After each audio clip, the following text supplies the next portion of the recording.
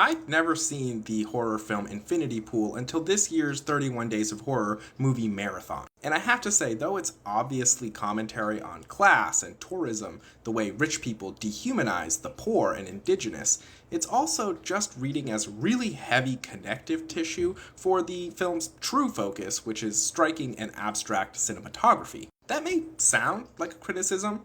I'm not sure whether it is or isn't, as much as a general impression that there feels like a disconnect between the actual written content of the movie and the way the filmmakers wanted to go about making some admittedly very cool shots. I do imagine that was done on purpose. The writer and director is the same person, Brandon Cronenberg, but they did have a different cinematographer, Kareem Hussein. I just still haven't fully decided whether the disconnect between these two things works for or against the film. The film is about a rich couple at an island resort, James and M. Foster. James, played by Alexander Skarsgård, is a writer who's published exactly one book that was critically panned. His wife M, played by Cleopatra Coleman, is explicitly stating that she only married him to piss off her father, who is a rich man in publishing. Interestingly, no one ever asks James why he married her. It's just implied, and he never disputes this, that he married money. He married her money. But when he meets Gabby, played by Mia Goth, she tells him she loves his book, and it draws him into a world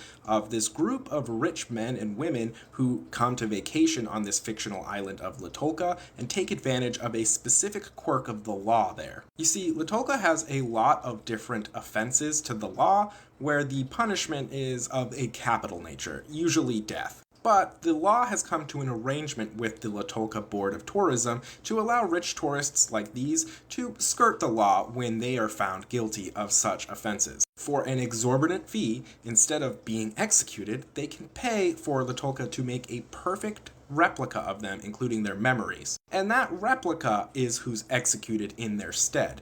They have to pay a lot of money, and they have to witness the execution personally. It's clear that this group of raving, violent, rich people view the island and its people as their personal playground and their toys. And like Sid from Toy Story, their favorite game to play with their toys is of the torturous, murderous, and maiming variety. The movie kind of comes across as this bizarre mix of Westworld and A Clockwork Orange because of it. I won't divulge all the finer points of the ending here. I think it's best experienced if you feel like experiencing it at all, but I will say my expectations were subverted pretty heavily. My original prediction for the final resolution of the film was that his wife M would cut him off from funds right when he needed to buy another double and result in him having to actually be executed. Perhaps that prediction was just too straightforward. Ultimately, I think the film is asking a series of subtextual questions buried beneath the more obvious messages about, class and tourism. What is the nature of the mask one wears participating in society? Is the mask the polite member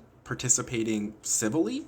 Is the mask the monster? Is it possible to switch which one's the mask and which one's the real, true version of you underneath it? Is James an animal masquerading as a man? Is he a man masquerading as an animal? Does he even know what's real about him after seeing his own violent end multiple times and even participating in it? At one point, it seems obvious that Gabby's really only interested in using him as an additional plaything, given that he's only tangentially related to wealth, given that he married into money rather than was born with it. It seems she views him like she views the other people of Latolka as not real people, but is amused by his approximation or, facsimile of realness, with her definition of real person being those wealthy enough to buy yourself a second chance, a third chance, as many chances at life as you need it, where others who aren't as real have to deal with the consequences the first time around. And as James is pressured into watching himself die over and over again, and even participating in that death, it's a question of, is he killing the mask or the real person behind it? If he killed the real person behind the mask, does he find himself to be this hollow mirage of a person left? Is he now, or has he always only been real, based on how other people recognize his realness? And is it anyone's recognition, or only the recognition of those he wants to or aspires to join? I can't say for sure, as